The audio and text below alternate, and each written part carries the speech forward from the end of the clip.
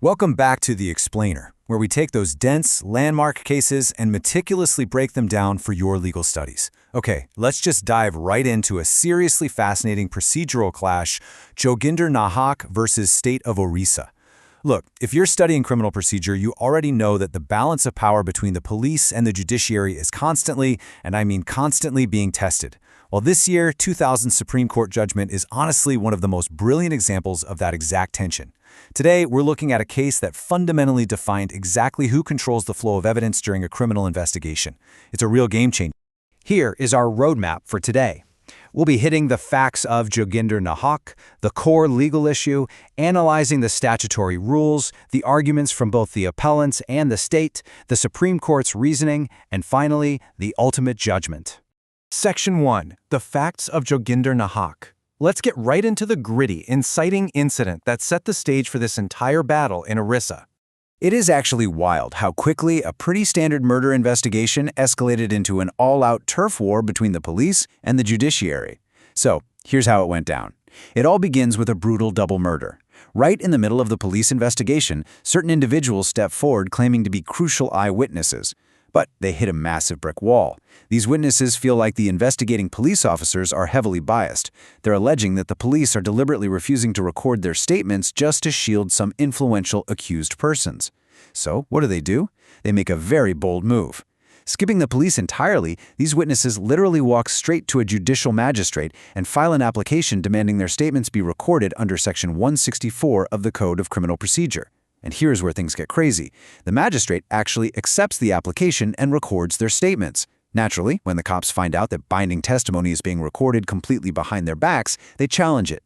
They take it all the way up the chain, and ultimately the High Court throws out those secretly recorded statements. This, of course, forces the witnesses to appeal straight to the Supreme Court. Section 2. The Core Legal Issue. This bold, rogue move by the witnesses forced the Supreme Court to answer one massive question. The whole case boils down to this. Can a person claiming to be a witness voluntarily approach a judicial magistrate and demand that their statement be recorded under Section 164 without being produced, sponsored, or referred by the investigating agency? Put simply, can everyday citizens just bypass the police entirely to put their testimony on the judicial record while an active probe is happening? It's a huge question about who is actually the master of the investigative stage. Section 3. Analyzing the statutory rules. To really grasp how the court tackled this, we've got to look at the exact text of the statutes.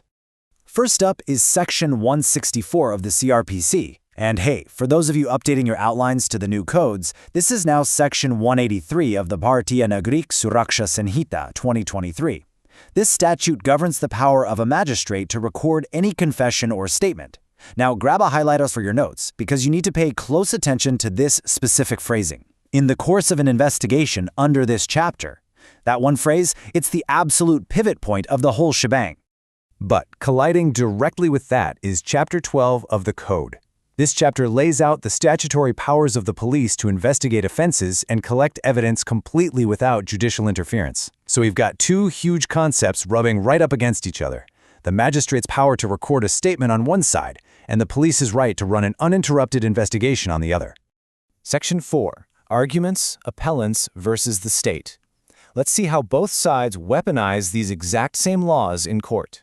It was basically a bare-knuckle fight between a literal reading of the law and practical, on-the-ground reality. The appellants, the witnesses, leaned hard into the text. They argued that Section 164 has literally zero restrictive words saying a witness absolutely must be brought in by the police. The statute just says a magistrate may record any statement.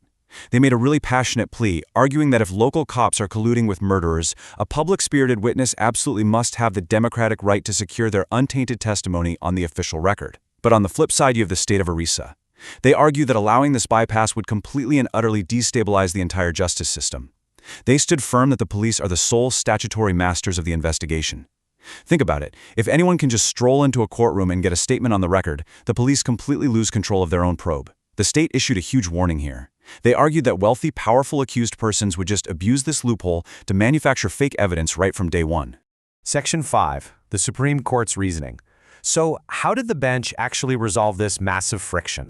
The Supreme Court, guided by Justice K.T. Thomas, took a step back to look at the big picture, and honestly, they foresaw absolute systemic chaos if magistrates became these open recording booths for anyone claiming to be a witness.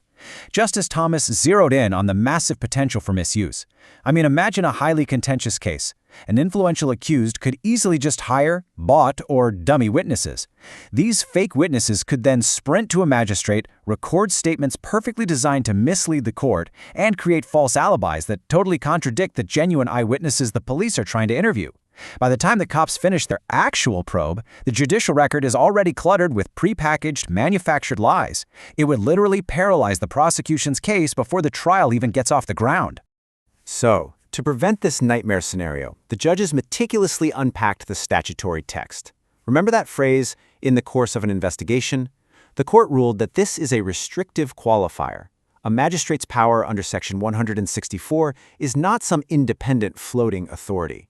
Actually, it's an auxiliary tool meant to fit neatly inside an active police probe. The investigative machinery of the police has to act as the exclusive pipeline.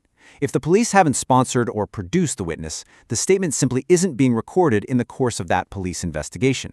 Instead, it becomes a parallel, unauthorized judicial inquiry, which the law absolutely does not permit. Okay, but you might be sitting there wondering, well, what if the police actually are corrupt? What then? Don't worry, the court didn't ignore this reality. If you're studying for an exam, you'll want to memorize this exact step-by-step statutory pathway that the court laid out for citizens dealing with inactive or corrupt cops instead of misusing Section 164. Here's the breakdown. Step 1. Under Section 154.3, you can escalate the issue to the superintendent of police. Step 2. If that goes nowhere, you can approach a magistrate under Section 156.3 to order a fair, court-monitored police investigation. And Step 3, you can always file a private criminal complaint directly under Section 200, where the magistrate takes direct cognizance and examines witnesses under oath themselves. The court made it crystal clear here. Bypassing these explicitly engineered statutory pathways just to take a procedural shortcut under Section 164? No way. Not allowed. Section 6. The final judgment. After dismantling those arguments and laying out the proper alternatives, the court handed down its verdict. Here is the definitive, unshakable precedent from Jogindar Nahak v. State of Orissa. The appeal was dismissed. The Supreme Court upheld the High Court's ruling. A judicial magistrate has absolutely zero legal authority to record the statement of a witness under Section 164 unless that witness is formally produced, sponsored, or referred to the court by the investigating police officer. Those unsolicited statements that the magistrate recorded at the request of the appellants declared completely unauthorized and excluded from the valid evidence. The police's monopoly over the investigative pipeline was firmly protected.